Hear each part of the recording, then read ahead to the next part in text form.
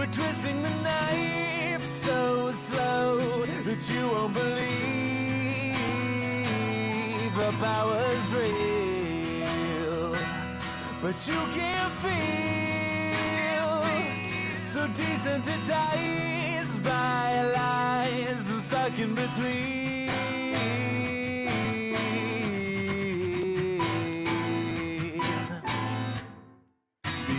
If you're wise, this just might come as a shocking surprise. Who knew all we'd have to do is haggle with the truth? Oh, and here's a free suit. Just say you compromise. We'll swear you in by oath and watch you fight for your life. Decide time has come to make your decision, so don't fight the incision. Take the mic and share our vision. See.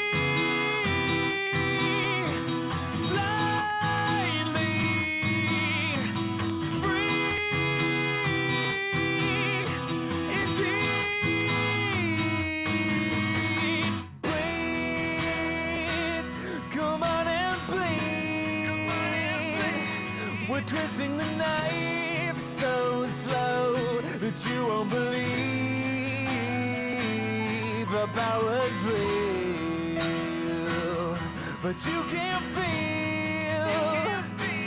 So desensitized by lies and stuck in between. The power's real.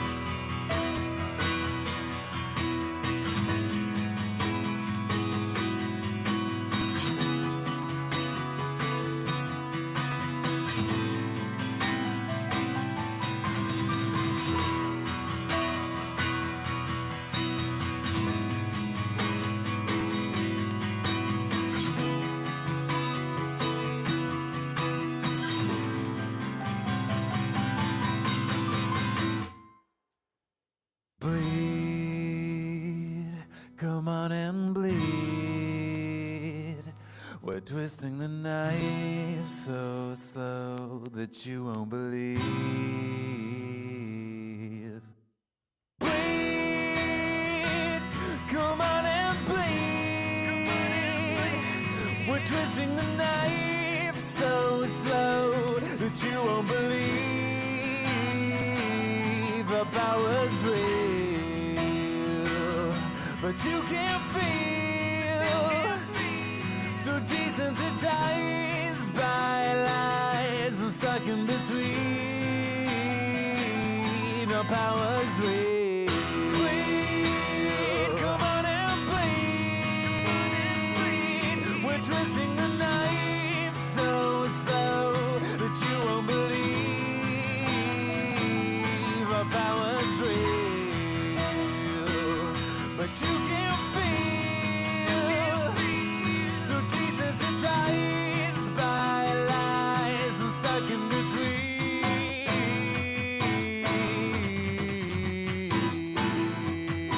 Stuck in between.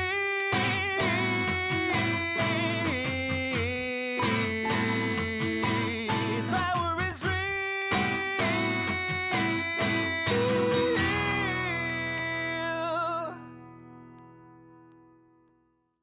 Hey there, gang. Welcome to the Missouri Freedom Initiative. It's Saturday again, and it's the 9th of March. It's 2024, and do you know where your national debt is? In case you don't, it is $34,497,296,800. It's going too fast, gang. It's going too fast. I can't read it. That's the debt, gang. And isn't it wild? We don't even have a budget. The United States doesn't even have a budget, and yet we're spending like drunken sailors. And you know what? I got an email from a drunken sailor saying, stop it, man. You're making us look bad. We're not that bad. That's our national debt.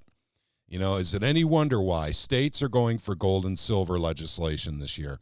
Okay, I'm going to ask for a 5x5 and at the same time bring up the gang. So I want to say hello to Liberty Revolutionary, also known as Caleb. We've got Gretchen Garrity with us, the writer for the Right to Win Ozarks blog. We've got Voodoo Queen with us. We've got Rusty Shackelford. We've got Wonder Woman, and we've got Shane. And please do give us a 5x5 or your favorite gun caliber in the comments section. Let us know you can hear us. So welcome to all of you. Let's see if anything's YouTube usually comes up first. There we go. Excellent. Gary Ride is chiming in saying the sound is coming through good. Hey, I want to give a shout out to Slave to Servant in their hit album Singularity. The song you just heard is called Power. You can find them anywhere you would normally buy your favorite CDs or downloads. And that includes Amazon, iTunes, all that fun stuff too, guys. But Slave to Servant. And here's what the album cover looks like again. And the Singularity is the name of the album. And I've met Sam. He's a guitar player and singer for the band and a really, really cool, nice guy. And he actually played a set at the Travis meeting here just a little while ago. And that was really, really neat, actually. His dad was playing bass. He was playing acoustic guitar. Okay, so let's see. We've got 5x5s coming in now. I think we do. Nothing on Odyssey as of yet. But let's see, Rumble. Yes, we are hearing from people on Rumble. Who needs a budget when you have a printer? Gosh darn it, Ozarks Freedom Gal. You are onto something. Gosh darn it. I tell you what, there's two really great calibers out there. 14.5 by 114 and 20 by 102. These sound like something that'd be on a ship or maybe a tank or something like that. No, it's just they're anti-material rifles. Okay, gotcha. All right, understood. And hey, gang, we're going to talk about a lot of things tonight. I want to make a quick announcement first. I sent out an email earlier today. I forgot to mention that Knock and Shock begins after the rally. So I'm asking people to attend the rally in Jefferson City on Monday, and that's at 1:30 p.m. So I'll probably be there around 12:30 or so, basically just to try and start getting things ready and all that fun stuff. But this is not going to be a 9 a.m. Knock and Shock on Monday. The reason being, representatives just aren't there. That's a travel day for them. So they show up in the afternoon. So that's a better time, a much, much better time to do a Knock and Shock. So just so we're clear, basically 12:30ish. It won't be a long day. Basically we'll be leaving by 5 at the very latest, I would think. So at any rate, that is Knock and Shock, and it is coming up. It's coming to a capital near you, and Goldbacks will be distributed. The rumor is true. I still haven't heard anything back on whether or not the A&E documentary crew are going to come to Jefferson City on Monday. There is a possibility of it, is all I know at this point. So I'm in the dark as much as you guys are. So I literally don't know. So, but my understanding is there's a very, very good chance that A&E is doing a documentary on sound money legislation happening in the States. And there's a particular focus they want to have on Missouri. Apparently we've been the loudest, I guess. So, but at any rate, that is true. That is a, go ahead. I was going to say the folks at A&E, I don't trust them the slightest bit. Yeah, I understand. No. I understand. So, actually, we might get our own quote unquote January 6th out of a video with A&E there for Monday, I suppose. Yeah. And so it'd be good. There'll be a camera crew there to catch all the peaceful people in the rally. Okay. But we will be talking about that tonight. And Eggerizer is responding with 5x5. Thank you very much, Eggerizer. I think we're going to go ahead and start tonight with Gretchen and Retha. And we're continuing on our every week. We want to actually get a little bit more data out about these schools and the bonds they're trying to pass April 2nd. So that's coming up less than a month from now, 3 weeks from now. So everyone needs to keep in mind they are literally, I don't know what you call it, pillaging the village, asking for maximum debt capacity. And for AstroTurf for the football field, new bleachers, stuff like that all over the state. Yeah, I'm exaggerating a little bit, but not by much. Trust me. So I'm going to turn it over to Retha and to Gretchen, and let's find out what the latest is on this going on with the schools. Retha, go. You have so many good points. Well, lately I've been focusing on, well, our backyard. Clever. And yeah, and here in Clever. And yeah, it's really kind of scary as far as how the whole thing with how they're trying to portray this with either, no tax increase and things like that. One thing that people have to think about, and this is all over, well, especially Missouri here, that Senate Bill 190 that protects the fixed income people on Social Security. It caps the assessment on the property. Well, it doesn't protect them from increases in levies. So people have to think about that.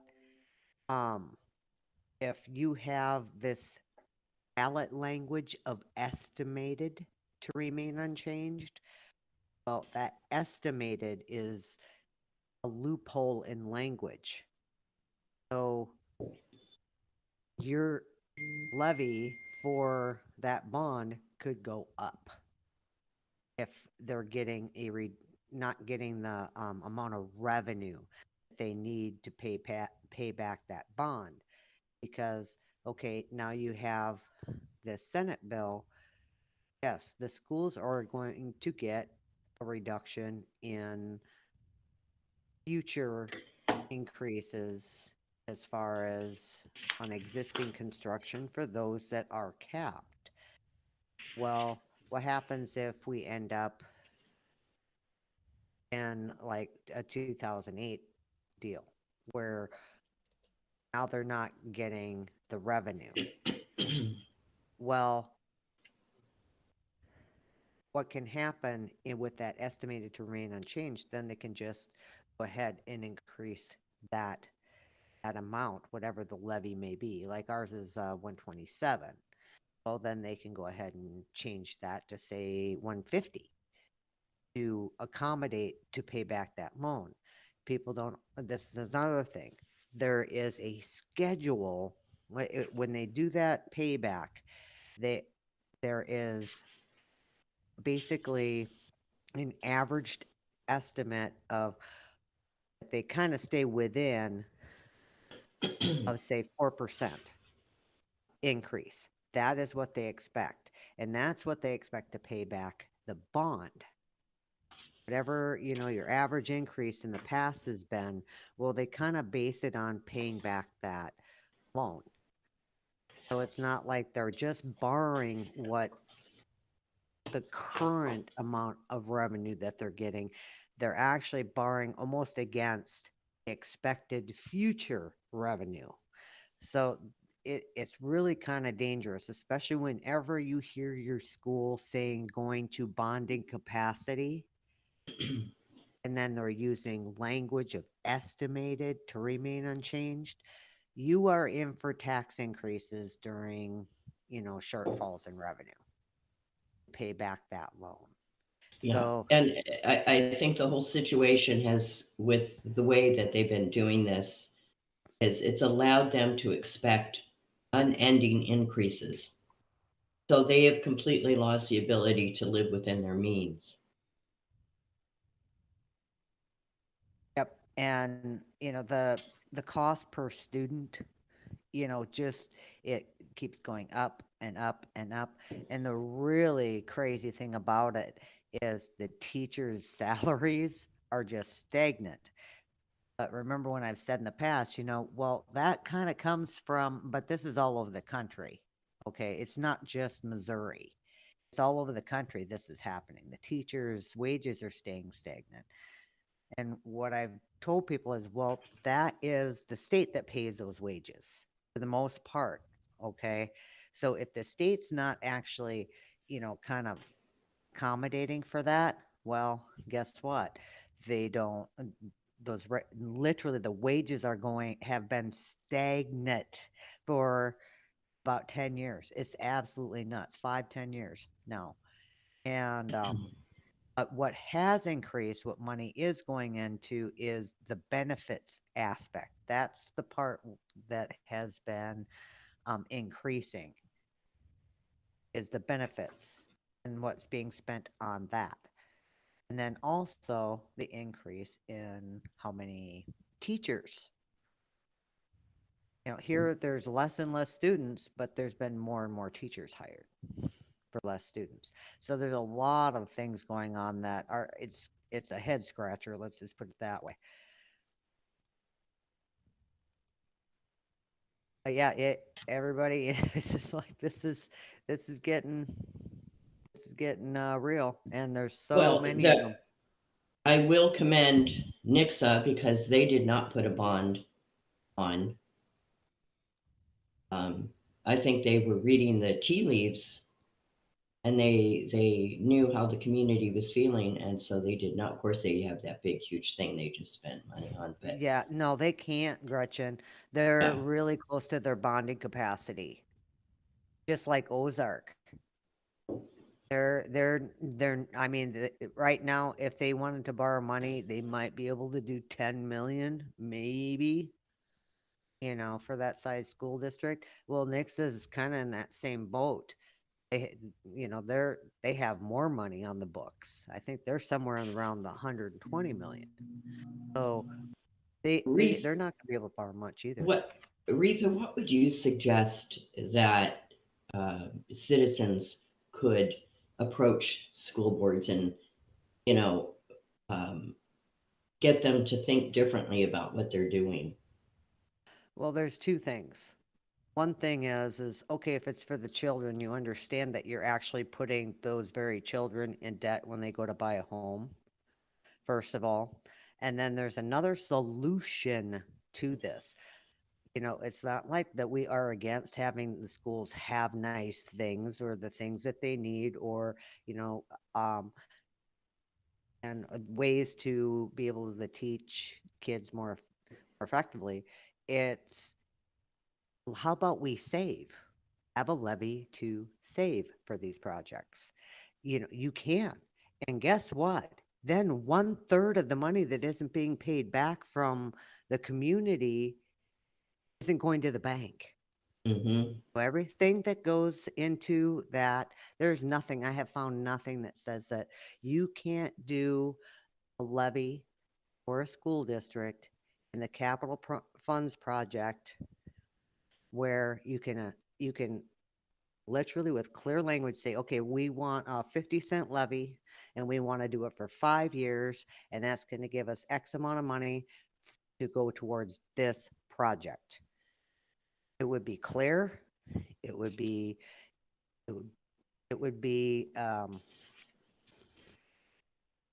there's just nothing hiding then. Mm-hmm. Okay. Where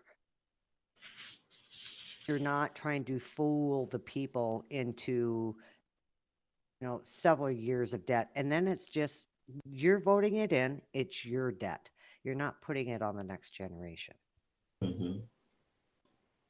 Like, that's an interesting concept, Retha, and that's something I don't think is talked about often enough when it comes to these school bonds. They're 20 years. So it is a full generation, pretty much, for the people to vote in one of these bonds. And most likely their kids will be paying for the bonds after they get out as well. But the thing is, what I have found always strange about this process, Retha and I have been scratching our heads for decades, they don't let bonds go. They never let your property taxes go back down. Never. They always continue the bond. And that's something that's a consistent problem nationwide, not just in Missouri. But never before has basically so many school districts all going for maximum bonding capacity at the same time before. That's the unusual thing here. And so at any rate, we think that the financial companies that are advising the schools are seeing a huge economic downturn coming sometime later this year. And that's what we think is going on. It could be later this year or sometime next year but the big push was to get their bonds done April of 2024. But apparently, it started April of 2023 is when some schools started doing it. So we have roughly, at least in Missouri anyway, roughly half the school districts in Missouri going for bonds at the same time in April. So at any rate, anyone have any thoughts on that they'd like to bring forward? Only thing I can say is stop letting your school districts act like the Federal Reserve. Yeah, agreed. Yeah, but it's up to us. It's up to us whether or not they become, a Federal Reserve. It's up to us to go out and vote. And despite all the data the Missouri Freedom Initiative has put forth, and other grassroots throughout Missouri, I might add, we don't tell people how to vote. Not for a candidate, not for a school bond. We don't tell people how to vote, but we think it's very important that people are educated as much as possible on the topic and on the people before they go vote. And that's exactly what we're giving you, is the other side of the story that the school superintendents, no matter what district you're in, or the school board, no matter what district you're in, are not telling you. That's the side of the story that we're completing for them. And one more thing I want to mention, and I don't have to go or name names, but when Reith and I started on this adventure with actually digging up numbers, 2021 we were engaged in trying to stop a school bond from going through in Clever, and we were successful. I want to say one thing though: no one on the school board, no one in the office, and not the superintendent, no one would get us any numbers from the district. None. No one, and the superintendent at the time said he didn't have the time. He didn't have time to get the bond. Go ahead. Yeah, but they're legally obligated to provide those numbers to you. That's correct, but I'll tell you as well, when we tried to get numbers from a library, we had to do a sunshine law request. They wouldn't give them to us either. So, and you'd think a library would give them up as well. But it's just a fact. I mean, we literally had to figure out the process on our own, or more specifically, Retha had to figure out the process on her own with very precious little help. Basically calling up DESE was actually more helpful than dealing with our own school district. And so that's a really, really sad statement. But at any rate, I want to remind folks that Retha has an excellent video that is right on the Missouri Freedom Initiative channel to teach you how to investigate the bonds in your school district. She shows you all the tools she uses, which are free and online, including going to DESE's website, going, of course, to your district page as well for the school district. Sometimes they have pertinent data. Retha, will you give me again the name of that document that we had to get from the county? It was like a one-page balance sheet from the schools. What was that called? Oh, that one-page balance sheet. That's the one that you get in July, August. Oh, yeah, August time frame is when they file it. Yeah. What's it called again? Yeah, you have to go on your school. It's a tax statement. Okay. Here, let me. There's look a and see name if I for can it though find the- too. Yeah, it's tax rate hearing notice is what it'll be called in your board notes. In your board And notes. that's in the Okay. summer. Mm-hmm. Okay. And that's when you can find that PDF document on your school website. It's it'll say tax rate hearing notice. And some of them, you better make sure you get them like within 6 months, because they'll take them down. Yep. So if you want it, you better either download it or print it. Yep. So that's where you'll find how much more money they're getting for that year, if they're going to adjust their levy, or if it had extra tax revenue, how much percentage of extra revenue they got for existing property, that if it's filled out right. I've seen some of them that haven't been filled out right, but it should say that on the bottom of the sheet what that percentage is. So Now when I see those, I just go ahead and I print them because I don't know if they're going to be there later. Yep. You know? That's really good advice, Retha. That's really Yes, good. We've seen highly it happen. suggested that if you find good information, you need to print it out and or put it on your desktop, because that stuff will disappear and they will not want to give it to you. So dealing with this, one of the things, one thing that really bothers me are the predatory lenders, because they're not predatory on the schools. The schools are going into this with a hey. It's predatory on the taxpayer, because it's a taxpayer who's paying all this interest and is being taken advantage of by these lenders who they know they're going to get their money because it's the taxpayers. That is very annoying. Yeah. And I got an email. In fact, I'll read the email if I can, bring that up, and actually let you guys know what someone had to say that is on the email list. And I am going to say it's from Cindy. I'm not going to give your last name, Cindy. Cindy said, have you addressed all the underhanded tactics happening in the Missouri Capitol yet? And so what a big question, really. That is. But the thing is, Cindy, is there's a lot of it, and we do everything we can to cover what's relevant. But also too, we're covering the way the schools like to do that, the underhanded practices with school bonds, and that's something that Retha's covered quite a bit. So has Gretchen. Gretchen has a beautiful blog covering all of this kind of stuff. But the underhanded nature of politicians and the underhanded nature of school districts are pretty much hand in glove. I mean, you really can't separate them at this point. But Cindy, I wanted to give you a shout out in case you were watching as well. So hello to Cindy. If you think it's only national level politicians who are corrupt and tell lies. Yeah. Yep. So, and even ones who say they're Christian.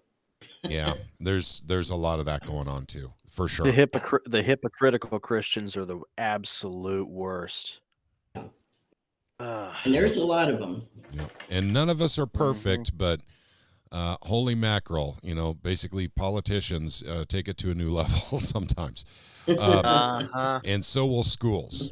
And so I'd like to wrap up the school thing by saying, basically, guys, I don't like to tell people how to vote. I never have. I've been accused of it all the time, but no one can actually find a video of me telling anyone how to vote. But they'd say I do. But I want to tell you this. If you don't know the debt levels of your school district, if you literally do not know where the finances are, with what's going on with your school district, if I were in your school district, in your shoes, I would vote no. Because these guys are asking for an awful lot of money. And I want to point out one more thing, too, and this is consistent across the board nationwide, including Iowa. And also, there's another school in California I found out about. These guys all decided to go for maximum bond capacity even before they even had an idea what to spend it on. And clever, they did it that way. This is the truth.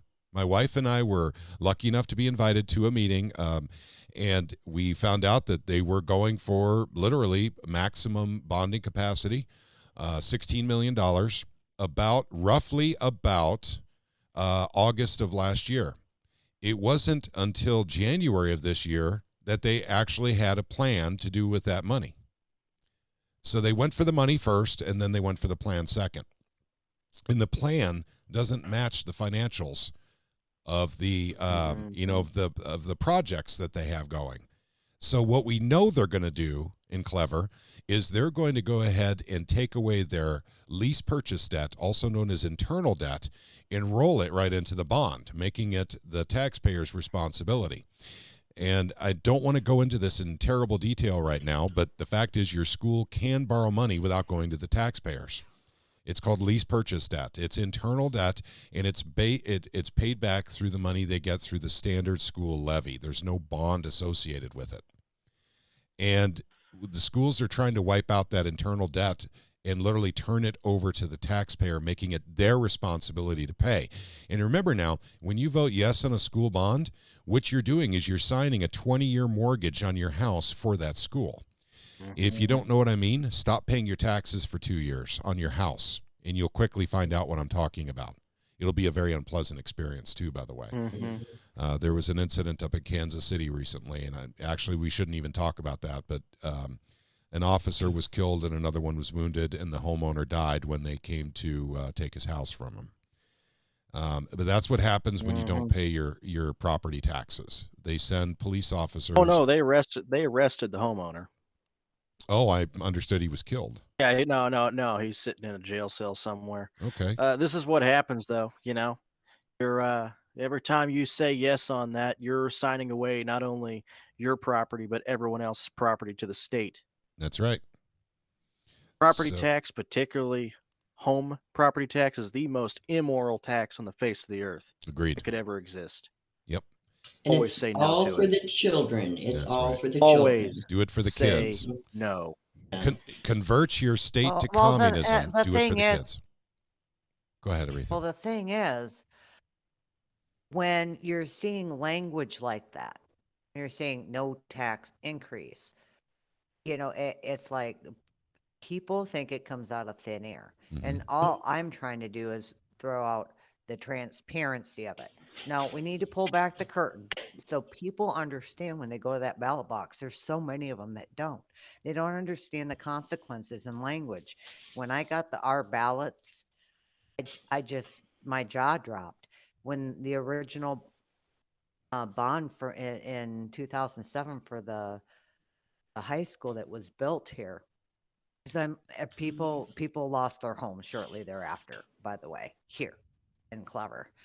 Well, reason being, when you looked at the language, when they talked about the levy, they only talked about the operations levy. They never spoke about what the actual levy, the additional tax, that levy associated with paying back that debt.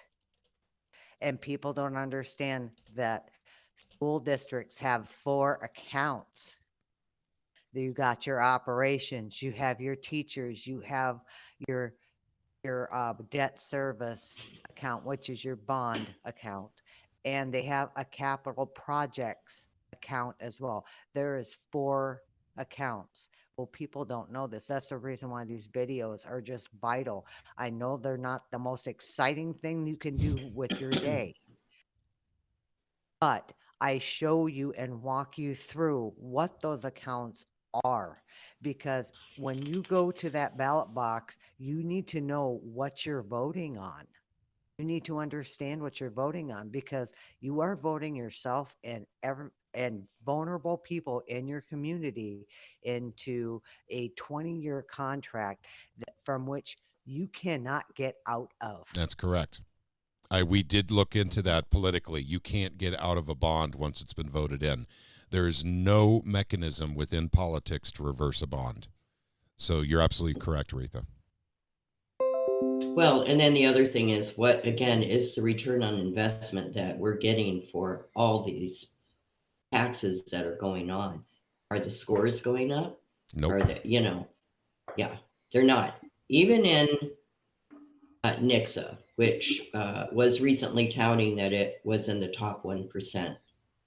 One of their schools is voted in the top 1%, and that's the high school. The rest of them are not. And their scores, several of the schools have gone down.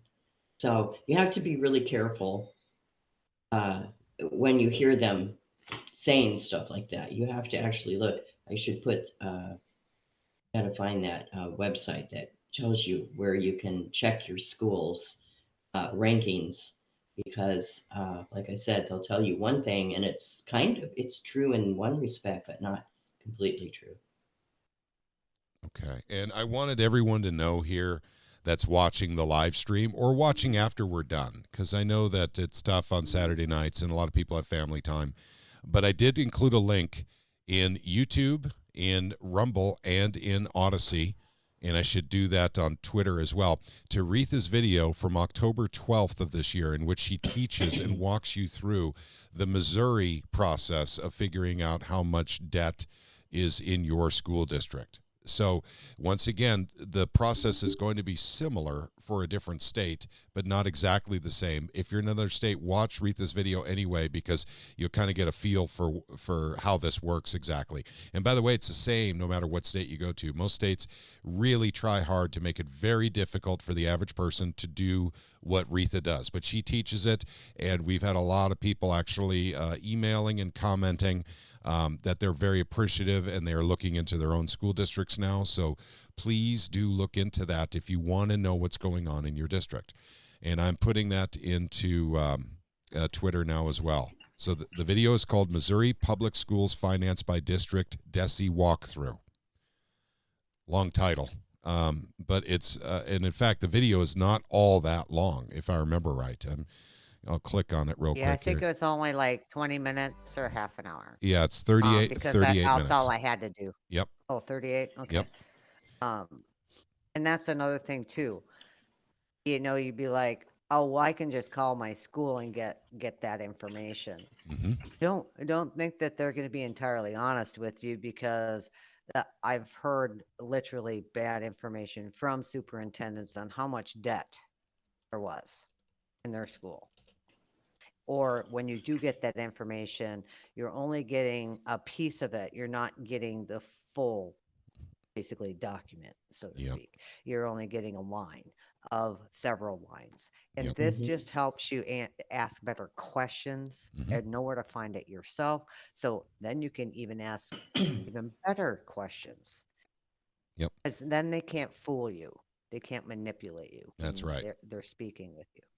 Yep. And I got to say, once again, I mean, Retha's work is excellent. I just have to say that this is incumbent upon all of us, gang, to actually keep an eye on our school districts. It really is our responsibility, because the fact of the matter is most school districts will do underhanded things to actually increase their revenue. And it's a fact. I am so sorry I have to be the one to tell you this, but it is a fact. They lie. They're deceptive. A great example is if you see on your ballot on April 2nd a no tax increase bond issue, that's a lie. That is a lie from your school district to basically deceive you into voting yes, thinking that it's not costing any money. It does, in fact, cost money when they borrow $16 million. And what they do is they do a horizontal increase on the bond as opposed to a vertical one. Your taxes on your home will remain the same as far as the school is concerned. But what happens is what would normally drop off a year or two later and give you tax relief on your home continues on for another 20 years. That's exactly how it works. So it'd be like if you had a car and your car is just about paid off, and then you took a loan out on your car. Well, your monthly payment's the same. So it's like it's free, right? No, because you're going to be paying that car loan for an additional, 7 years on top of the original 7 years. Go ahead. It's a lot closer to like if you go to a cheesy title loan company in a sketchy corner, because those interest rates are the 78% interest, whatever. Yeah. Well, it might as well be at our school. Oh my gosh, it's over. The money that would be paid back on this is over 1/3 the amount that would be paid back to the bank. So, in other words, what Retha just said right now, for those who are watching and clever, if the bond does not go through on April 2nd, it looks like, well, once again, Retha's already talked about this in a video, and I don't want to carry this on too long, but the fact of the matter is they refinanced a bond in 2022 that could have been called in 2023, paid off in 2024. And they went ahead and... this year. Yep, this year. So what they did is they went ahead and refied it in 2021 to carry it 2022. Or 2022. And now that bond will not be paid off until 2026. They bought 2 more years. And you and I, who live in Clever, get to pay the interest. Isn't that lovely? And all it was for was to buy more time to get another bond passed. That's it. They won't let our taxes go down. They just won't let it happen because, and as someone said recently in a meeting, well, why would we want to let your taxes go down? Because statistics show that once your taxes go down, you're much less likely to vote in a school bond. What? Hang on a second. So this is what we were told, and once again, I believe Gretchen was at this meeting too and heard this young lady speak. She said the statistics show that if they let a bond go, if they pay off the bond, if they call it, and people's property taxes get reduced as a result of the bond expiring, that they're much less likely to get another bond passed in the future because the people don't want their property taxes to go up. That's what Correct. she said. She did say that. So, Absolutely. and that's actually, See, that's it. They want to keep the illusion going. Correct. That this is a permanent tax. Yep. And the best way to do that is through a no tax increase bond issue, instead of people actually understanding that, yes, this is an extra tax that you pay, that you don't have to pay. There's plenty of school districts that do not have bonds. They do it through lease purchase or whatever, or they figure it out. And those schools are run down or whatever. Well, people would probably be okay with paying a little extra for a shorter period of time if you had a reasonable stated reason. Yep. And But, hey, I just want to throw this something whole- out here, Retha. Someone with a Chinese Go name ahead. just put in the comment section, tomorrow the FBI is coming to our doorstep. FBI, open up. So apparently someone's threatening to swat us. So I just thought I'd let you know. I think that's what the Chinese guy is trying to say. Can't be sure. See. So Let's see.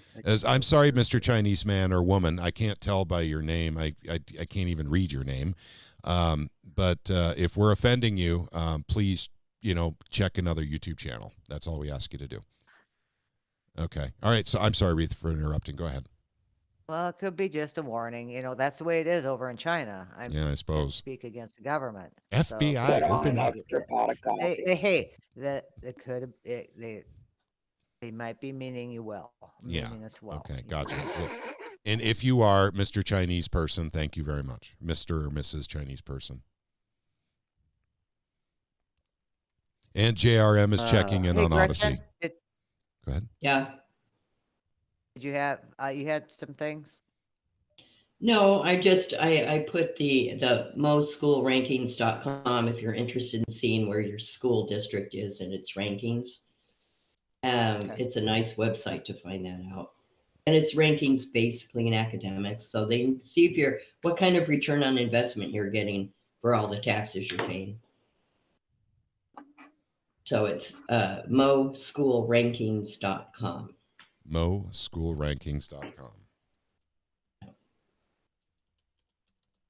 She's got it in there in the chat. Okay, Yeah. gotcha. Okay. All right, thank you for that, Gretchen. I see that. I'll even bring it up real quick, gang, so you guys can take a look at this. Looks like another tool we can use. And it's not coming up. Come on. Just a blank page for me. Really? Yep. Oh, they may be down right now or something. I got it. Okay. No, it is. Wait a minute. How come it's up on my phone just fine? Different network. Yeah. So others may be blocking it, maybe blocked with routers, or there may be other things going on there with Google not wanting people that to see is it. the correct. Yeah, that is the correct email. I mean, Gotcha. website. Okay. I have it up on my. And I just want to say out there, thank you very much for the thumbs up on whatever platform you're on. I am the absolute worst person in the world for self-promotion. I never ask for thumbs up. I don't say join our channel, subscribe and all that fun stuff. So please do subscribe. If you're new to the channel, check out what the Missouri Freedom Initiative is doing. And by the way, there's a lot of stuff we're doing. And we're not just doing school stuff. We'll be talking about gold and silver, knock and shock, and Goldbacks here in just a few moments. But the important thing is, if you're in another state and you happen to catch this, I encourage you to start an organization in your state like the Missouri Freedom Initiative and actually get good things done in your state. We're about to tell horror stories tonight, basically about what it's like doing battle. Doing battle in the Missouri Capitol, the Capitol building. God. But I do appreciate all of you spending time with us. And those of you who are paying attention to all of our interests, Isaac will be back at some point with updated information. I have received a lot of positive communication on Isaac reporting on the WEF infiltration into Missouri, both through business dealings and through legislation. And it's caught a lot of interest, and not just in Missouri, but apparently in other states too. So we do have a lot of stuff going on, and we're going to talk about gold and silver in a second here. As long as I think the ladies are pretty much, I think you guys are all caught up with everything for tonight. Pretty much so. I am. Okay, gotcha. And Gretchen's nodding affirmatively as well. Thank you very much, Gretchen and Retha, and for all the wonderful work you're doing to inspire people to be educated on what's actually going on in their school districts. So thank you very much. Okay, gang, let's talk a little bit about knock and shock. And loosen my tie a little bit. Knock and shock, silver and gold, and Goldbacks. You know what I forgot to do is bring the Goldbacks downstairs. I have the Goldbacks. It's like 200 of them, and we're going to distribute these, basically to every legislator in the state of Missouri. Everyone's getting one Goldback, retail value of roughly $4. And along with it will go a letter explaining what the Goldback is, how the Goldbacks work, and it's just another tool that we can use. It comes from the free market, basically for transactional currency. But let's talk about the bills first. Okay, we've got several bills in motion here. Well, actually, we got one that's stuck, and that's HB 1955, which is stuck in the Financial Institutions Committee. I'm not even sure I even want to say why it's stuck in the financial institutions, because I don't want to incite riots. Let's just put it that way. But basically, we're having a problem with a politician,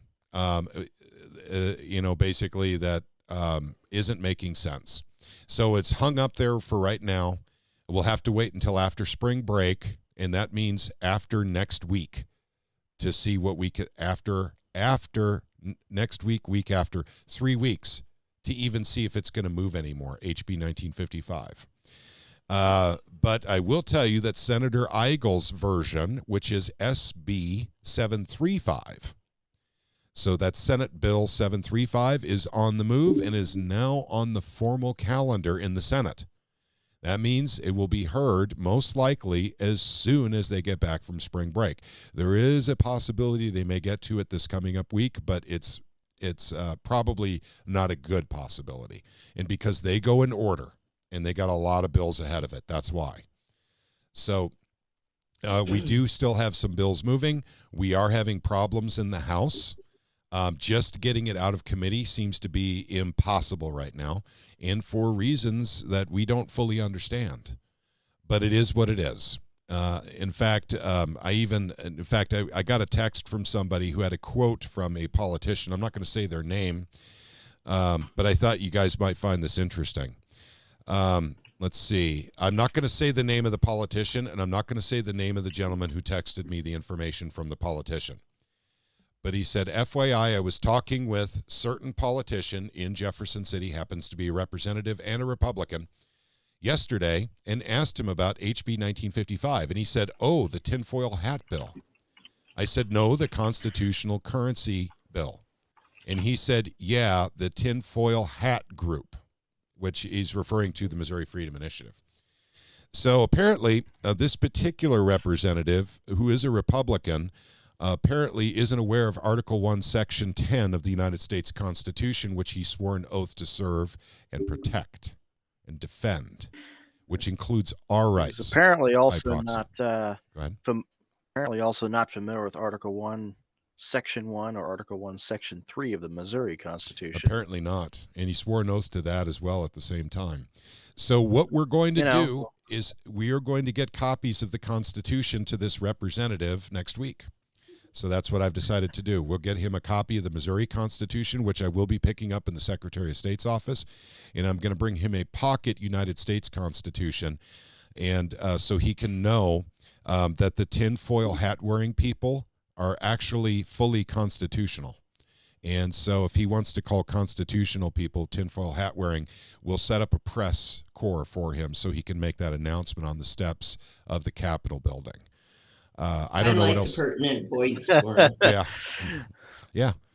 I don't know what else to say when people say stuff like that. It's a very vastly popular bill. Of course, Democrats hate the gold and silver. I don't want to say all Democrats, but the vast majority of them hate the gold and silver bill. And there are certain Republicans, certain types of Republicans that are not necessarily really happy with the gold and silver bill. And so I guess you could just... How connected it is with bankers. Yeah, that's...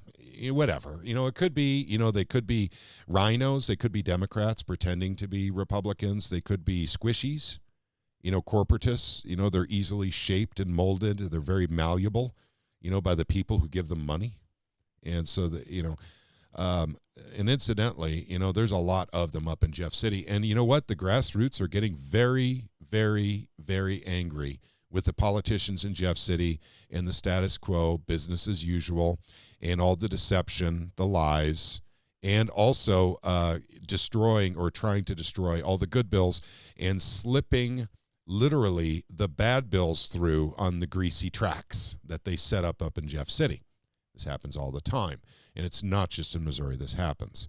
Unfortunately, it's happening again, it looks like, with silver and gold, at least in the House at this point. Now, are we done? Absolutely not. Nope. A lot of things can happen in 2.5 months. And actually, it's like 9 weeks until the end of session. And guys, some states only have 9 weeks of session. And I want to remind you of one thing, actually. I know that MoCon, or I think it's called MoCon, it's on YouTube, played a video. Rick Bratton, Senator Rick Bratton spoke recently, and he was talking about something that I think we all need to remember. This is actually, Bratton comes up with little nuggets of gold all the time, so I enjoy listening to him speak. He was talking about how every single day they adjourn early. That they break early, they adjourn early, they start late, and it's possible leadership in the Senate is saying, well, we wasted a lot of time with that filibuster from the Freedom Caucus earlier during the year. Well, if that's the case, they're certainly not doing anything to keep a normal business hour in the Senate at this point. It seems like they're working like maybe 3-4 hours a day is what it seems like. And that's what Bratton, I think, was trying to convey in that meeting, is they keep breaking early and going home early, as opposed to actually continuing to work and, cover the bills on the floor, continue with their committee meetings, continue with hearings, and perfection and debate. And it's just, they just keep going home early. So I guess that's what the other side is, or the angry caucus. I don't know what they call themselves.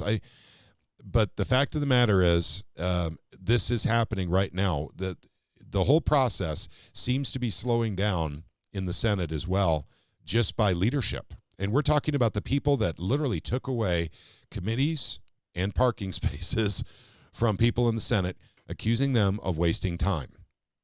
Wasting time, valuable, precious time in the Senate. Now, that process ended 3-4 weeks ago, gang. And for the last 3-4 weeks, they work 3-4 hours a day, and they keep adjourning early.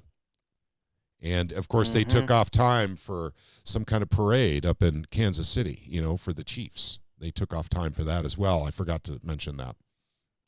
So, and I want to say something, Gretchen. Ozarks Freedom Gal says it's mostschoolrankings.org, if you didn't catch that. Yes, I corrected that. Okay. I corrected it in the chat. I was going to mention it, but thank you for doing that. Okay, no problem. She also says, in the State of the Union address, Biden said children should learn to read by 3rd grade. Tell you what, I I actually read War and Peace in third grade. And in fact, the teacher actually called my parents because they thought I was fibbing with my book report. And my parents said, no, he's not. He actually read the book. So they went down to my dad's den and took away books that they thought were inappropriate for my age group. So I remember one they took down was called The Godfather. That was taken away. Of course, I wanted to read it more than ever, because my parents took it away. So it's just every book my dad, I started reading very early. Ozark's Freedom Gal, I was reading in kindergarten. I was reading pretty much by myself in kindergarten. Told a story to my wife recently that I remember getting caught by my parents with a flashlight under my blanket, reading books about the Revolutionary War when I was in second grade. And and then I remember, my parents telling me later on in life how proud they were of me. Whereas back then it didn't seem that way. It was lights out, Patrick. Enough, and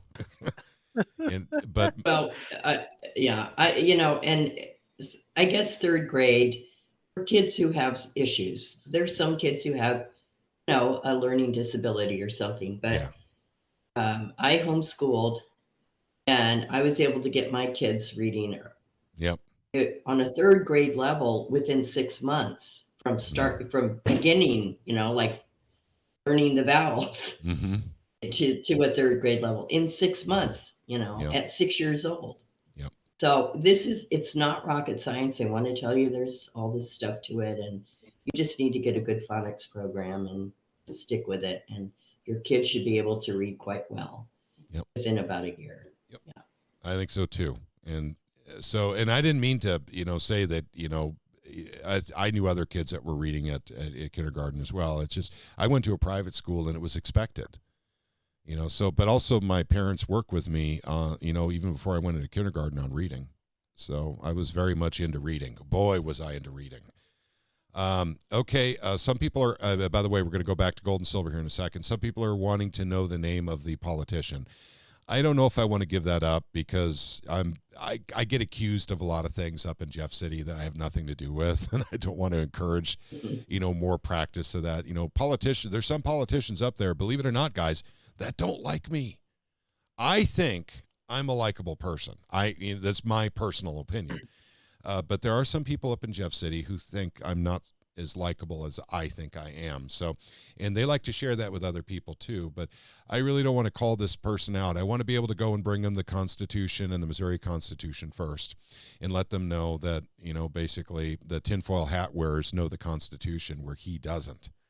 So what kind of hat does he wear? Boy, that really does sound cap. like does sound like a Democrat argument, doesn't it? Well, yeah, I suppose, Calling anybody who believes in the Constitution a tinfoil hat wearer. Yep, that's right. So, go ahead, Doug. Yeah, I was just going to say, this is Sam. Oh, Sam, sorry. Owensville here. I was just going to simply say the reason they don't like you is because you're trying to break up their little playhouse. Yeah, well, that could be part of it, it's we do expose corruption, and every time we do that, people get mad at us, which is really weird. I think they'd be happy about it, especially up in Jeff City. These are the people that are serving and protecting, basically the Constitution of the United States and the Missouri Constitution and my rights. But every time I point out when they're doing something wrong, they get really angry with me, really angry. I mean, almost like Hulk-like angry, like exposed to gamma radiation angry. But it is what it is. That's true. Go ahead, Sam. I'm sorry. I was just going to say a real simple solution for them up there. Just stop doing what you're doing and you won't get exposed. Yeah. Well, maybe they should. Like you're supposed to. Sure. Another possibility, Sam, is maybe they should just leave office. If they don't want to play by the rules, and if they want to try and break the rules and see if they can get away with it and they get caught, So well, they get sucked into the system almost immediately. That's just what I've noticed. And the other thing is the bills so many of them are absolutely asinine. Yep. And that's another very good point. Gretchen, you just brought up something that I want to remind everyone for. We will not have a live stream next week because I'll be in New Hampshire speaking at a national seminar on gold and silver in Manchester, I believe, or something like that. I'm not exactly sure where yet. So there will be no live stream next Saturday because I will be out of state. And but at the same time, it's right about time that we have to look at bills that have to be killed. If you watch the Missouri Freedom Initiative online, if you get the email, it's time for us to start collecting those bill numbers that need to be shut down. And that includes Isaac's work, too. I know if Isaac's not listening in, he'll catch the replay. So, unfortunately, with my time, it's very difficult for me to follow all these bills. I'm being asked to support a lot of bills, too, but it's just virtually impossible for me at this point in time. We got a lot. Just trying to push gold and silver through, gang, is a full-time job for me. Trust me. Trust me. Just that one bill alone. And I think going forward in the future, we can't do 5 bills. I know I would like us to, but it's really rough on this side of things. Maybe we should just do 3 a year. But we'll continue with the ones we have for right now. But Gretchen has a really good point. There's a lot of bills that need to get killed this year. I don't know why this year we have more, seems like, I don't know how to say it exactly. It seems like there's more than the average evil legislation flowing through Jefferson City this year than there was last year or the year before. And these bills, why that might be. I don't know. People are terming out. A lot of people that are terming out have some of these bills, so they don't have to face the backlash, of it after it's signed by the governor. I think that's part of it. Who's also terming out. Yeah, the governor's terming out too. Yep. So let's see. Let's see if I have any comments before we go forward again with gold and silver here. Gun control keeps coming, Agorizer says, and you are absolutely right.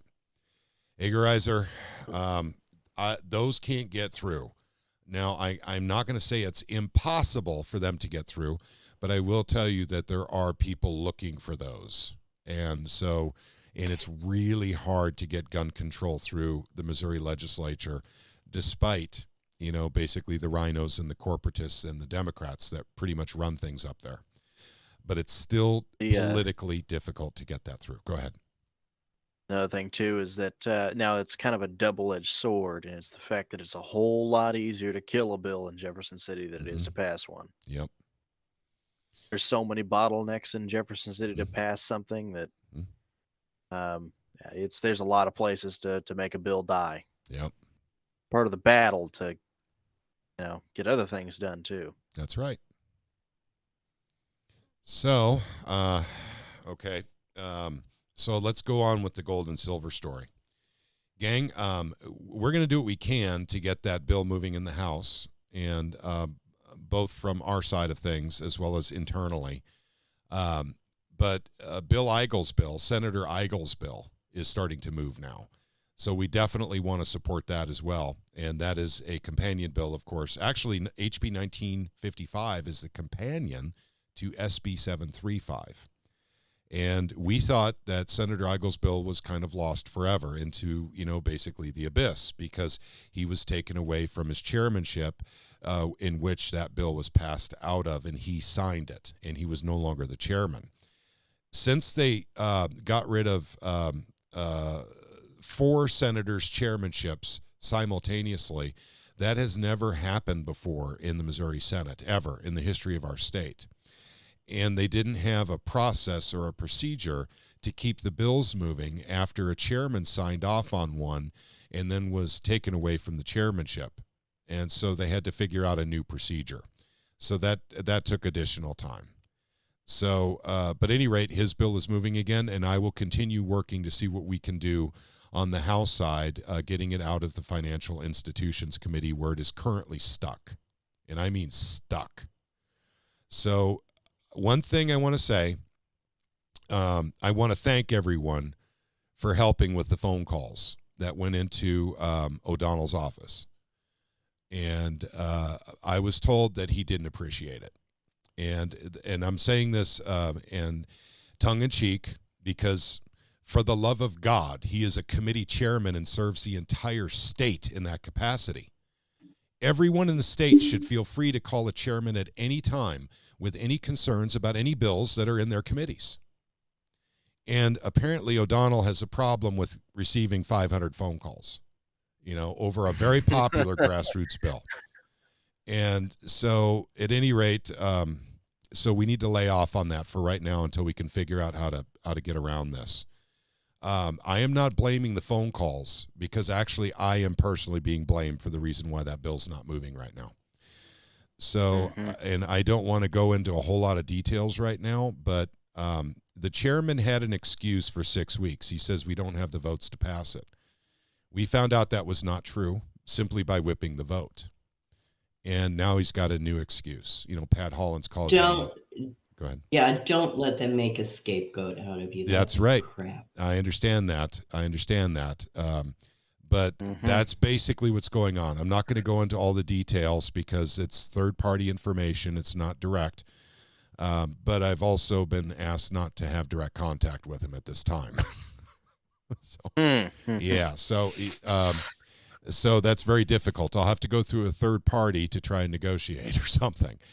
Guys, I wish I were making this up, and it sounds like I am, and I promise you I'm not, and we'll figure it out. It's definitely not. Well, the thing is he had the bill for 6 weeks, and he said he didn't have the votes. Well, we knew we had the votes, and now that he has been forced to acknowledge that the votes are there, now he's got a new reason to hold it back, and that's me. So that's where we're at in the House, and we will be working on that. Like I said, there's folks working on that right now. I don't know that we need phone calls or emails or anything like that. But at any rate, that's the situation with HB 1955. And I think we should have more phone calls.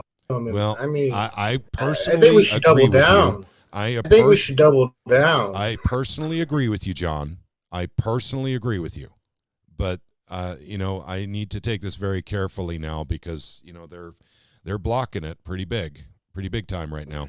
Sounds like they're going to block it anyway. It doesn't matter if we do or don't. It sounds like they're going to block it either way. I think we should just double down. Well, what's the worst that's going to come from it? Well, maybe we should. They're not going to get. Should we, John? Should we get the A&E, documentary camera crew to go interview him on Monday? Maybe. Dude, that would be genius. Okay, well, we'll see what we can do then. We'll see what we can do. I mean, that is no way of governing. To get mad at a constituent or a not citizen. At all. That not is unbelievably poor. I mean, poorly done, badly done. Yeah. And we should. I mean, it makes me want to publicize it. Yep. But Well, yeah. Let's see what we can do. Kind of struck a nerve with me, man, because you in this bill, this organization's put a lot of effort in this bill, and it's getting stonewalled by some jerk off. My bad. Yep. So it is what it is, gang, and people deal with this all the time. Remember, SEPA took 8 years, and SEPA got caught up in stuff like this too. And yes, it's corruption. It's definitely corruption. Mm-hmm. And in fact, we have yet another representative referring to the Missouri Freedom Initiative as the tinfoil hat wearing crowd. So I find that because the gold and silver bill. I find that very interesting. And that's how many states have passed that already? 5. Well, I guess everybody in those states are tinfoil hat too. Evidently. There's 26 states right now trying to get something like that done. So 5 have already done it. Arkansas must be super tinfoiled, gold leaf wearing hats because, they did it in 2 weeks. Yeah. You think going after corruption and making gold and silver legal tender wouldn't be a left-wing, right-wing paradigm? You'd think both sides would want to get something like that done. Yep. It shouldn't be political. It shouldn't be, but it is. Everything's political in Jeff City. I still think that at the end of the day, this comes down to bankers and other things going on in the state. I don't have much doubt at all about that. Yeah. Because with what's going on here, what incentives and who's trying to get themselves involved in this state because of its resources or whatever, this is outright. There's pressure in places because of that, yep, as well as other issues. Sure. For all we know, I meant O'Donnell's life was threatened if he let it through his committee. We don't know. So, the Federal Reserve could have called him up and said, hey, need to talk to you. And he says, I'm done talking to you silver and gold people. And they said, no, this is the Federal Reserve. I don't see that. This is the Federal Reserve. All right. So we got something to tell you, O'Donnell. Don't be driving by any grassy knolls. By the way, I'm old fashioned. This is the way I do a phone. The young kids do a phone like this. I do it like this. Okay. Ew. So, Ew. People do that with like they're holding a box. yeah. It's weird. So I'm teasing, of course. I joke all the time about the grassy knoll in Southwest Missouri and everything, but O'Donnell may have been threatened, by the Federal Reserve. We never know. If that's the case, he should probably tell us, because that's a better excuse than I'm mad at Pat Holland. I would seriously be curious to see who his backers are, see who's involved with that. Catherine and I was Kirby, gonna would say you the guys same mind thing. looking into PACs owned by O'Donnell, please? Thank you. Mm-hmm. I might actually DM them real quick after the show. So Yep, there you go. Yeah. Okay, but knock and shock goes on.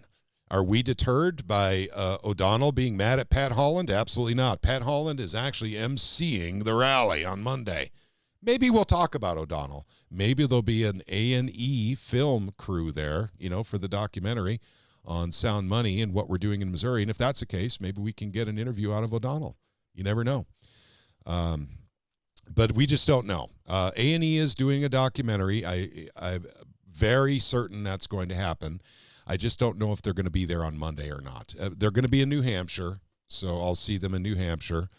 But they're doing a documentary on Sound Money, and they have a particular interest in covering Missouri because of our activities over here with gold and silver legislation, our difficulties of getting it through the process, and they want to document that.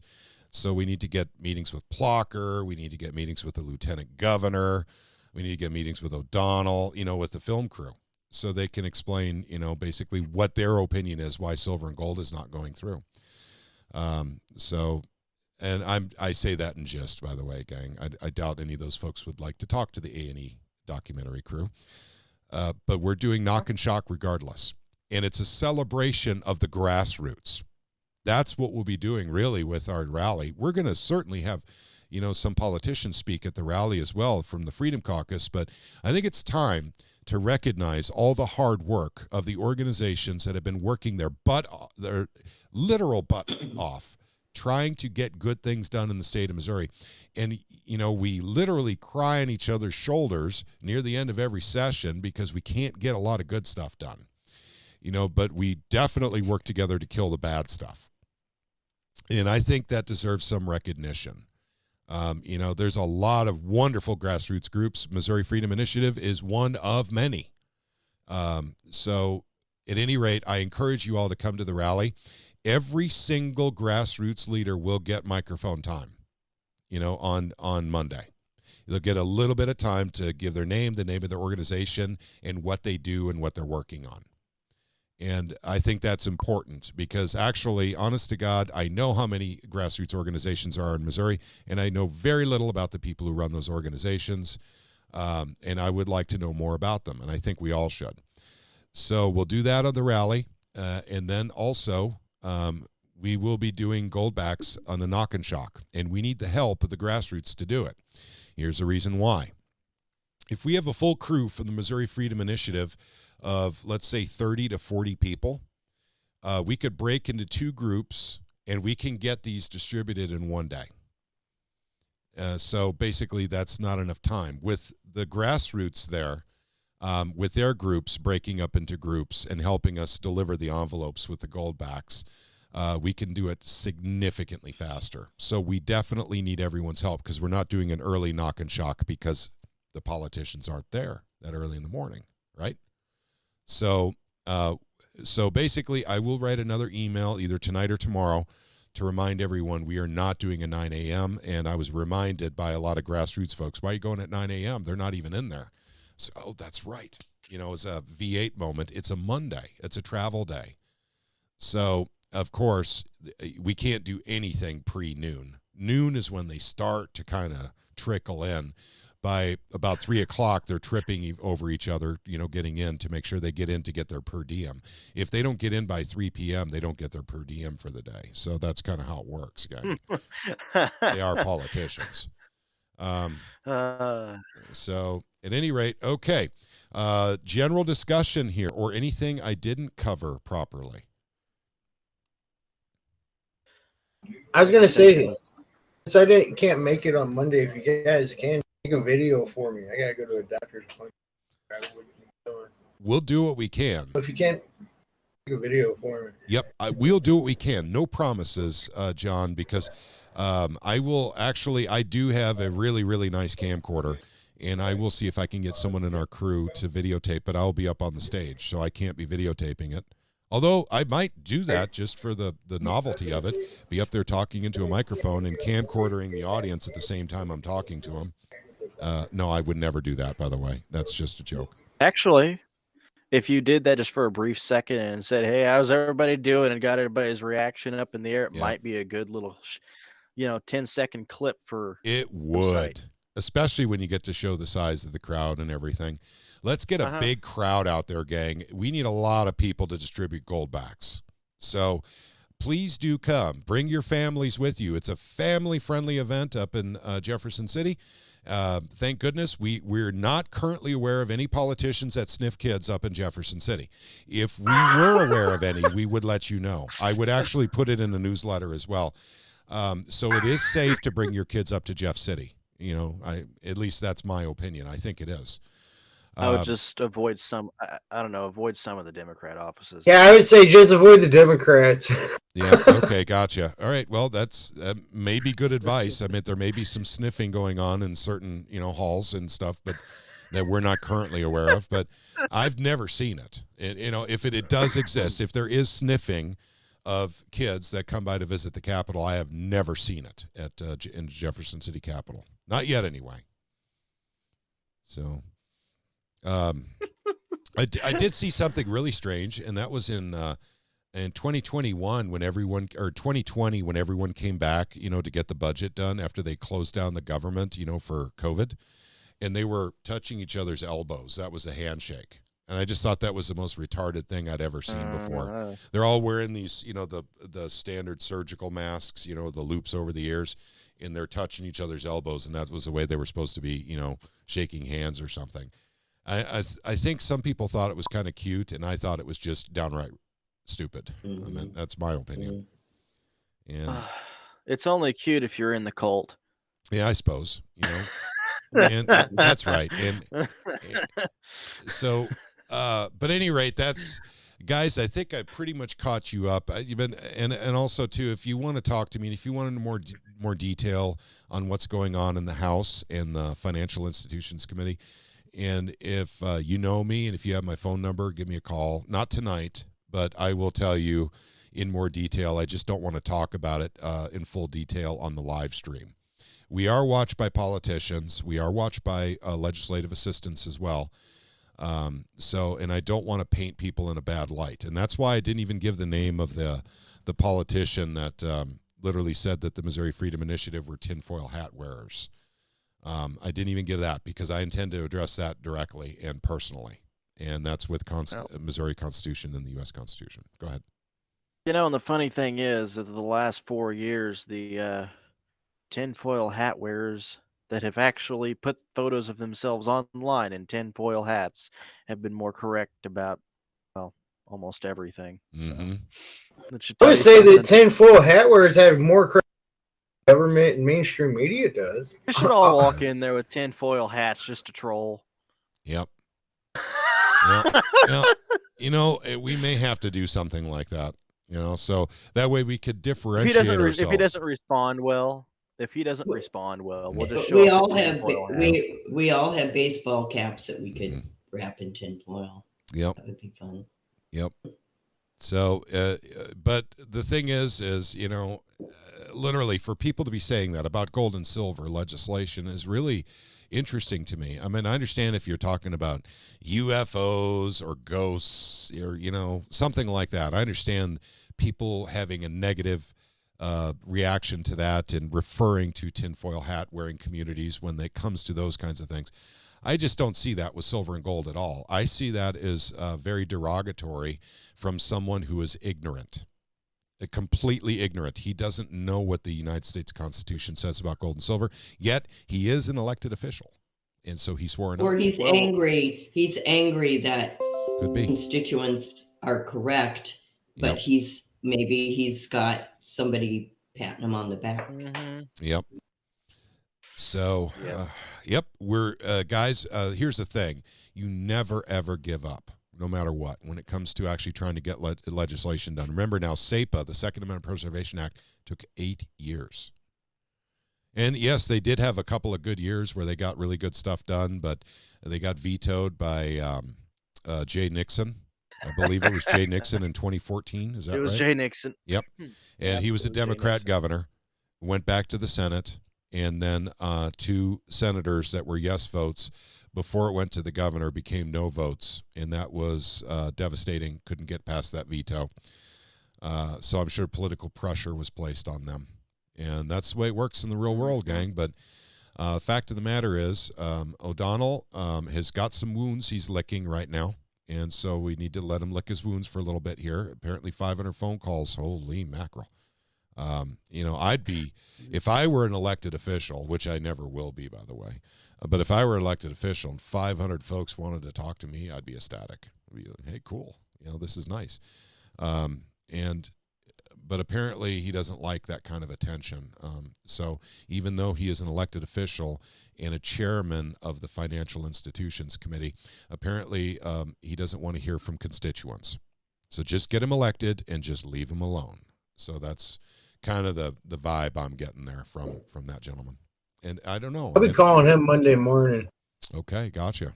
Don't tell him I told you to call. Please. I don't know what else. Anybody that does decide to call, do not mention that. Yeah, because seriously. Serious note, no. Yeah. So, but we'll be there Monday, and we'll be able to talk to our friends up there, and hopefully we'll be able to formulate some kind of plan to get HB 1955 unstuck in that committee.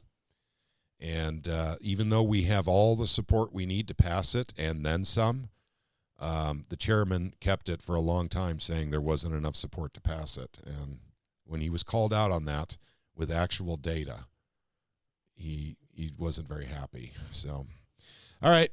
So at any rate, hang on. Missouri Education is saying, did you see the foil-wrapped house desk in the front Common Core days? Mm-hmm. Or from the Common Core God, days? yes. Oh, I don't know what you're talking about. Whenever there, what was it? I think it was there some kind of Common Core vote, something like that. Well, Gretchen, you know more about that than I do, probably. I've seen that on Twitter just lately, but I don't think I could pull it up. It was pretty darn funny. Long story short, the guy voted wrong or something on Common Core or made some kind of, it may have been a tinfoil hat joke. I think it was a tinfoil hat joke. And I think he was, they were saying that Common Core was going to cause problems. And I think that's what it was. And then they were like, yeah, and then he called them tinfoil hat wearers for saying that, and then they're the tinfoil caucus or something like that, and then they proceeded to show up and tinfoil his desk in his office and his desk on the floor, including his computer and everything else. Well, this is like school choice right now. Missouri Education said she posted the link, but you don't have admin on there, so you can't. I know who that is, so I'll go ahead and make you a mod. And is that Mo Education Watch? Yes, it is. Yep. Okay. It's another big time Missouri grassroots leader. So yeah. Yes. Did a great live stream the other day. Yes, she did. Nice. There we go. All right, Missouri Education, if you wouldn't mind posting the link again now, you have the wrench, so you can post. You have the wrench. So, okay. All right. So the rally day is She'll going get to it be. when the delay catches up. I'm sorry. Go ahead. I was just saying she'll get it when the delay catches up. Yep. Gotcha. Okay. Rally is going to be a little bit different from rallies that we have had in the past, but it will be similar enough that you'll know it's a rally. But the fact of the matter is the Missouri Freedom Initiative is calling all grassroots leaders to show up and to help us distribute Goldbacks so we can get that done in a timely fashion. We have enough people there. It should take, 45 minutes and everyone will get a Goldback. I almost wish we were serving summons to courts, as opposed to Goldbacks to some of them. Just to some of them. Just to some. Not all of them. No, not all of them. But we're not doing that. They're all getting Goldbacks. I think it'd be some of them. I feel like it'd be fun to give them a summons to common law court. But Yep. Okay, from Missouri Education, she put a link in, and I'm putting this up on the screen right now from the Daily Mail. Oh, dear goodness. And then it switched to another YouTube downloader. Okay, let's try that again. You should just be giving coal to rhinos and squishies instead of Goldbacks, man. That's what they deserve. Okay, let's see. Okay, it's staying this time. Last time it switched to another webpage. Okay, pranksters cover desk of GOP representative in tinfoil after he mocked Common Core opponents by aiding $8 to budget for aluminum headgear. Wow, and that was yeah, that's right. I seem to remember this now. Gosh darn it, that was a while ago. Oh, here we go. The story is 2014. That was literally 10 years ago. Yep, here we go. Here's the picture, gang. they even made a tinfoil pirate hat and put it on his desk. Yeah, I know. That's awesome. The microphone there, has a tinfoil on it, and that's awesome. Even the laptop is tinfoiled. So that's nice. Oh, that's beautiful. They did a good job. I mean, actually, look at the. It's not so much, okay, guys, when you're wrapping stuff in tinfoil and you want it to look good, you want as few wrinkles as possible. And I think they did a pretty good job here. Let's scroll down and look through some more pictures here real quick. Oh, look at the chair. Look at that. Awesome. I think I would actually let whoever did this wrap Christmas presents. Yeah. And actually, they should be designing clothing, from the aluminum collection. And look at the hat. Look at the hat there. They did a good job with the hat. There's the tinfoil hat. And it looks like, it's one of those three-sided, colonist hats is what it looks like, or a pirate hat, as you would say. Yeah. So, yeah, well done. And apparently all done for less than $8. I think they did a pretty good job. Oh, there he is. Well, there's the $8 in the budget. You know what? He looks like Wilford Brimley. Look at him. He looks like Wilford Brimley. It's like he's going to jump off the screen and do an oatmeal commercial or something. Huh.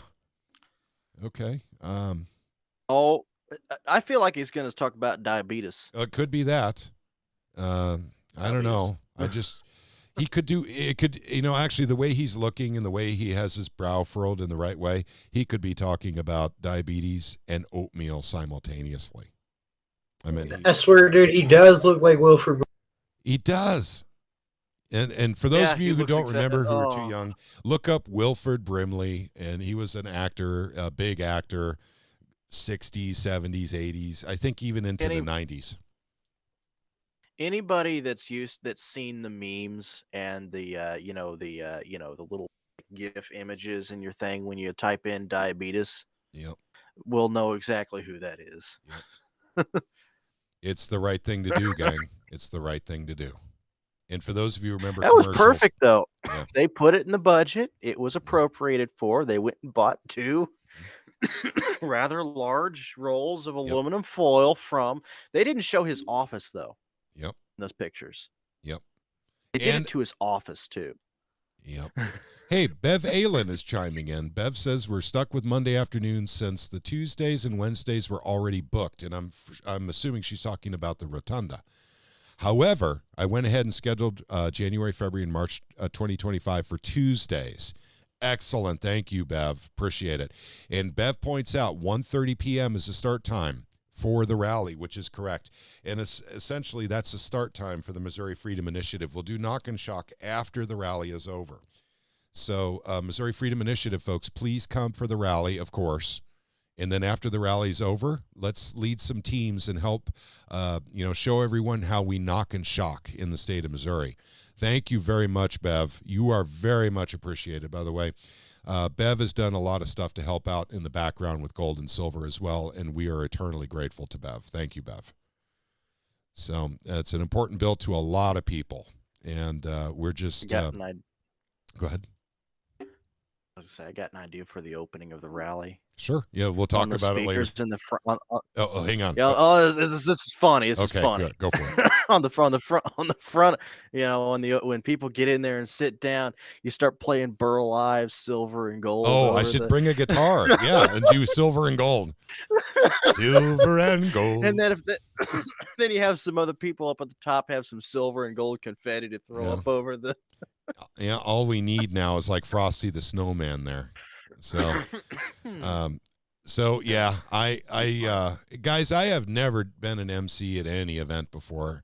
I do publicly speak a lot, so I figure I could probably do it, but I don't know exactly how to do it, so I'll figure it out as I go. And so we'll make sure it works. I'm very excited for the opportunity. Bev is just one of those folks that has been a grassroots leader in the state of Missouri for a long time. And so it's an honor to have you on our live stream, Bev. Thank you for coming in.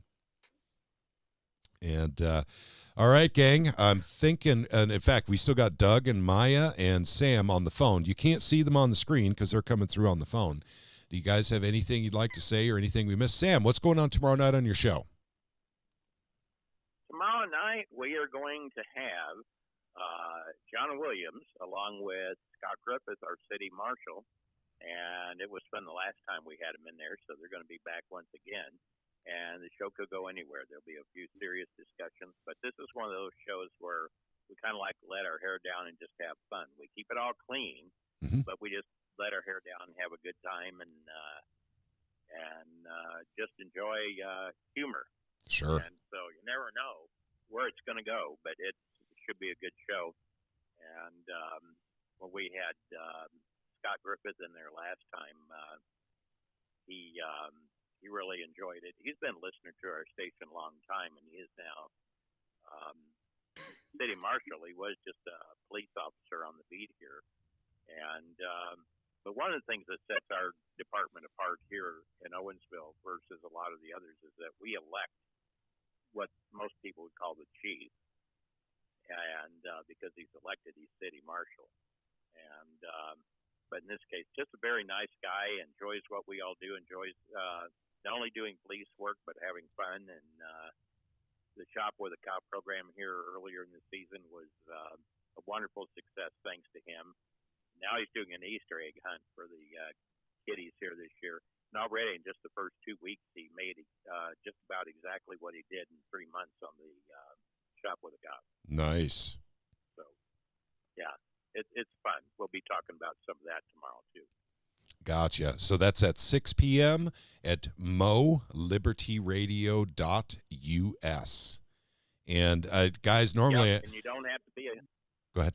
I'm just going to say you don't have to be a local listener to participate. You can enjoy the fun and call in and chat with us on the studio line. Yep, that's if you're local, obviously to Owensville, there's 101.3 FM on the radio, but like for us here in Southwest Missouri, we have to go on, because we can't pick it up on the radio here. We just go right to the website, and it's very easy to do, gang. I didn't put it in the newsletter earlier today, and I apologize, just ran out of time before I had to get that newsletter out because I had to work on something else. But I will put out another email tomorrow. And in that email, I'm going to remind everyone we're not doing 9 a.m. for Knock and Shock because a lot of people do show up early. So we're going to start with the rally. So my wife and I will be there probably around 12:30 or so.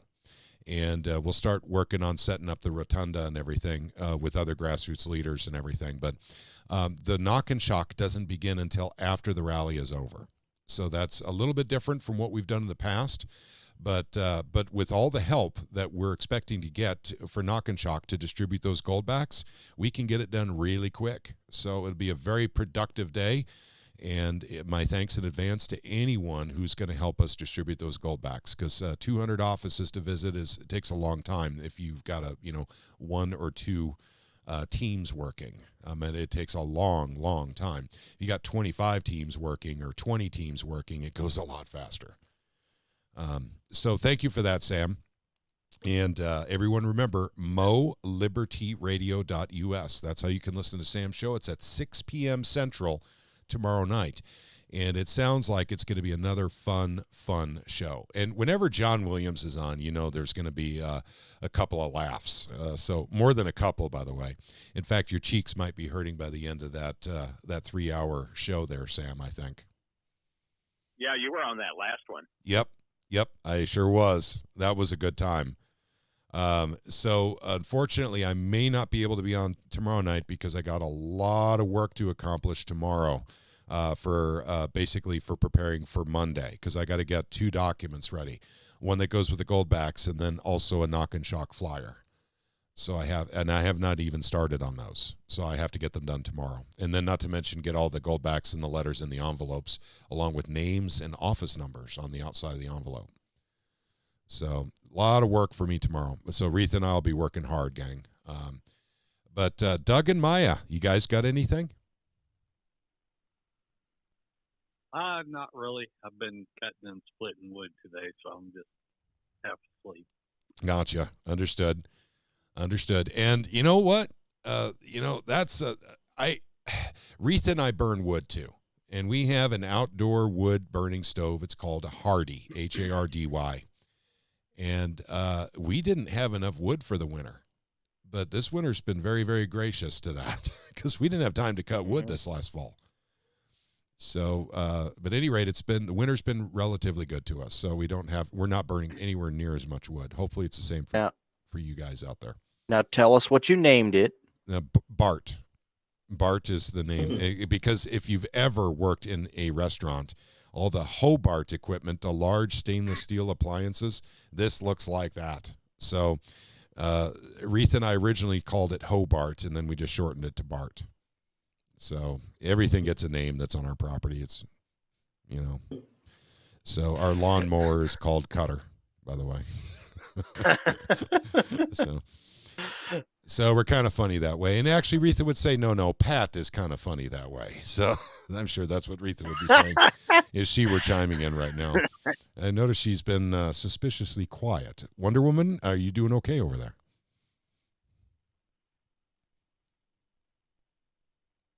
Are you there, Reetha? I think the boom is up. I think the microphone boom is up. Yes, I'm. Oh, there we go. There you are. We can hear you. Okay. All right. Just checking in. I was making. Well, it doesn't stop there. Reetha, you're breaking up really bad for some reason. I know. Are you away from your PC? Hang on. Okay. Now. Okay. Can you hear me now? Okay. There we go. Much better. Thank Coming you. in okay? Yep.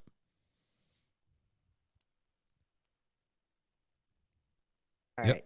Go ahead. Well, we don't stop there. We just go and We name things that name are our on neighbors' neighbors' stuff, properties too. too, right? So, yep. So yeah. Hey, it's- Pat, I was about to jump well, our off for the neighbor night. got a before I do. lawnmower. Good night, yeah. Okay. Good night, John. Good night, John. Take care, buddy. Thanks for coming in tonight. Go Night. ahead, Reetha. Yeah. Well, the neighbor got a John Deere lawnmower too, and I said, "Well, we got to name yours," and he's like, "Why?" And I said, "Well," he goes, "Well, I don't know what I'm gonna name it," and I said, "Well, we name it Blade. Yep. Yours is Blade." Yep. That's right. He's like, "Oh, okay." Yeah. He got a Hardy and then, just like and then we we did. had to name his. Yeah, and so ours is Bart, and his is Bertha. Yep. Yeah, he got the short straw. He really did. So it's too bad, it's just too bad that we came up with that name. So, but he's gotten used to it.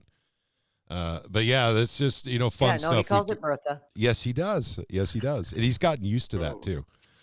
And by the way, Gary Ride is reminding everyone tonight is time change. I didn't even know that. Mm-hmm. Okay. Yeah. So Yep.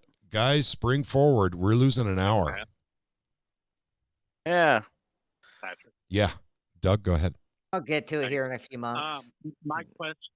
My question would be: did you name all the June bugs you killed last year? Oh my gosh, Junebug genocide. There was too many of them to name.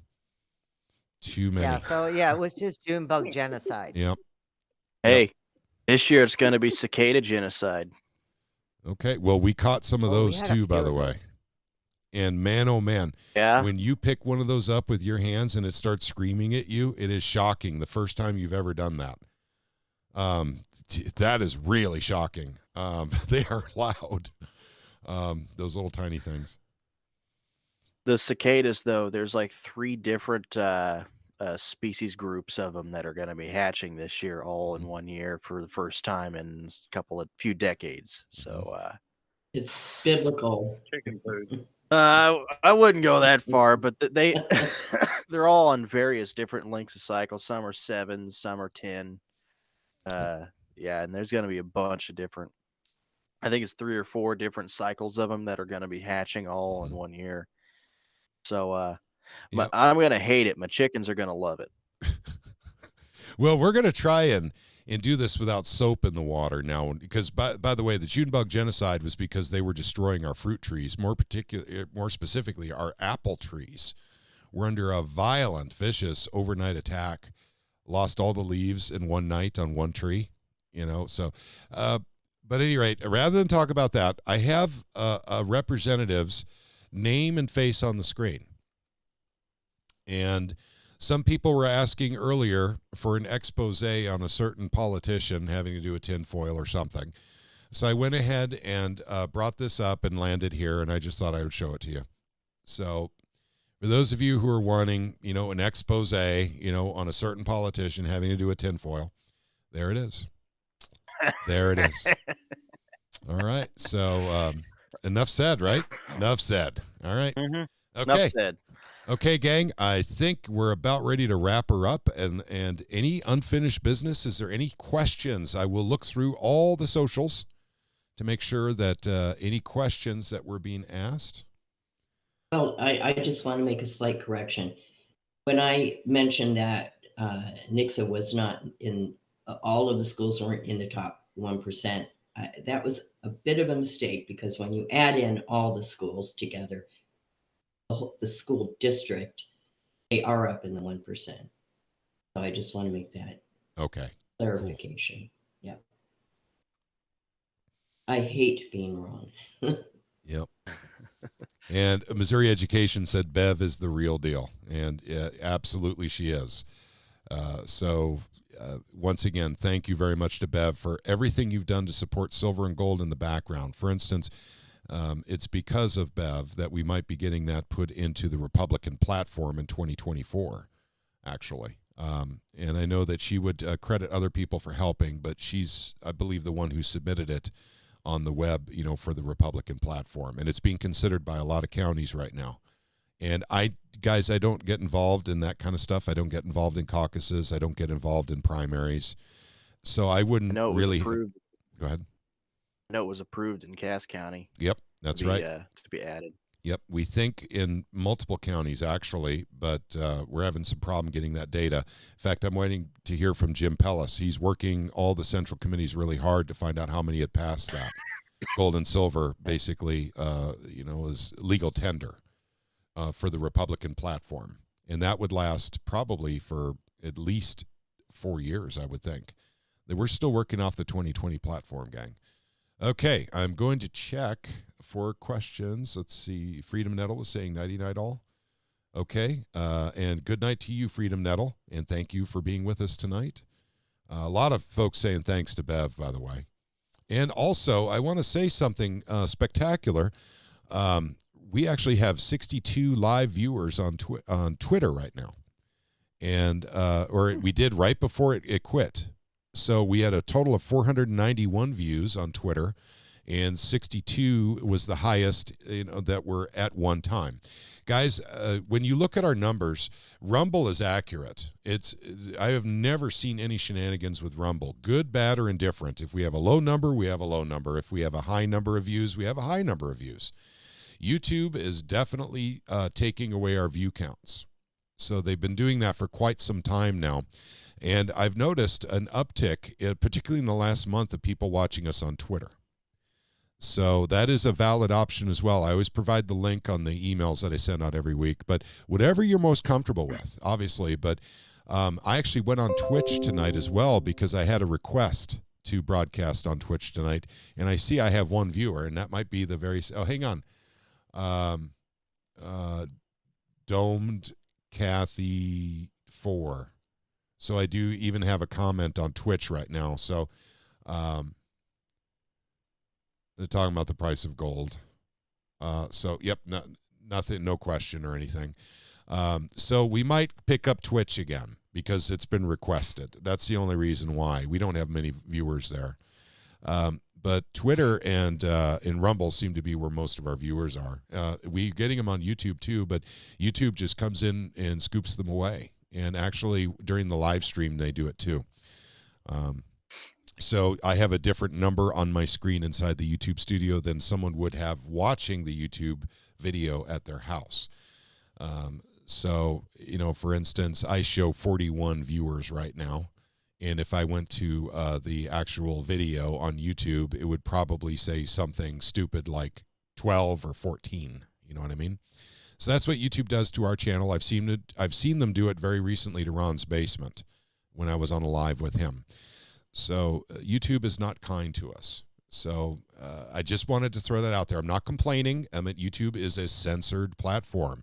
YouTube is owned by Google. Google is owned by Alphabet Inc., and Alphabet Inc. is a CIA front company. So they're engaging in censorship. And this is, by the way, all this is verifiable. It's not a tinfoil hat thing. Until you actually Google it, and then you find out that that's not a tinfoil hat thing. Because you can actually find out that Google is CIA just by Googling it. So it's easy to find. That's terrible. Yep. Okay. I think we have got pretty much everything covered here.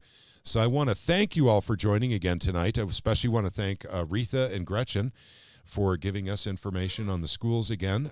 Remember, next Saturday we will not be on. I will be most decidedly out of town. So we will be back the Saturday after that.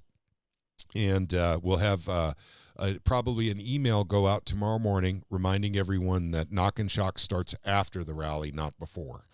So I want to make sure that everyone's clear on that, because when you show up at 9 a.m. on a Monday, it really, really stinks because there's just no one there. No one is there. YouTube is showing 11 viewers is what I'm being told. Okay, gotcha. I will say, if you want to show up a little before the rally and you want to go by the Secretary of State's office and get a copy of the Constitution, you know, things like that.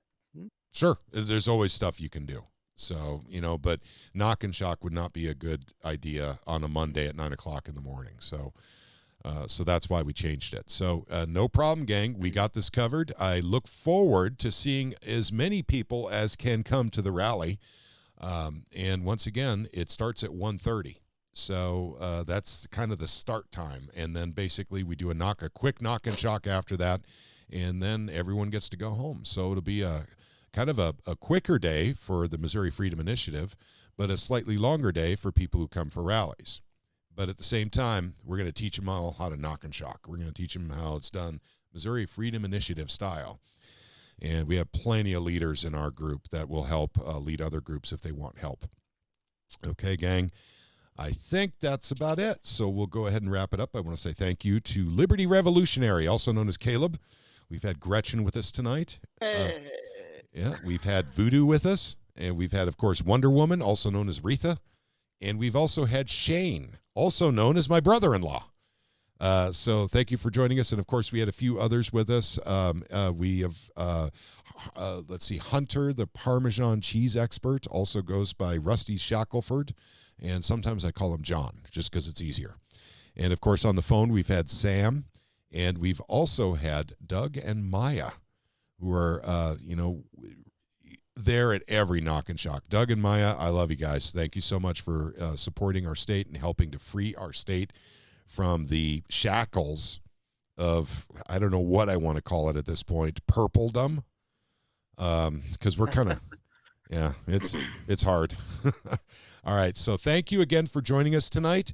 I hope to see you all on Monday for the rally, and after the rally, Knock and Shock delivering Goldbacks to every legislator in the state of Missouri.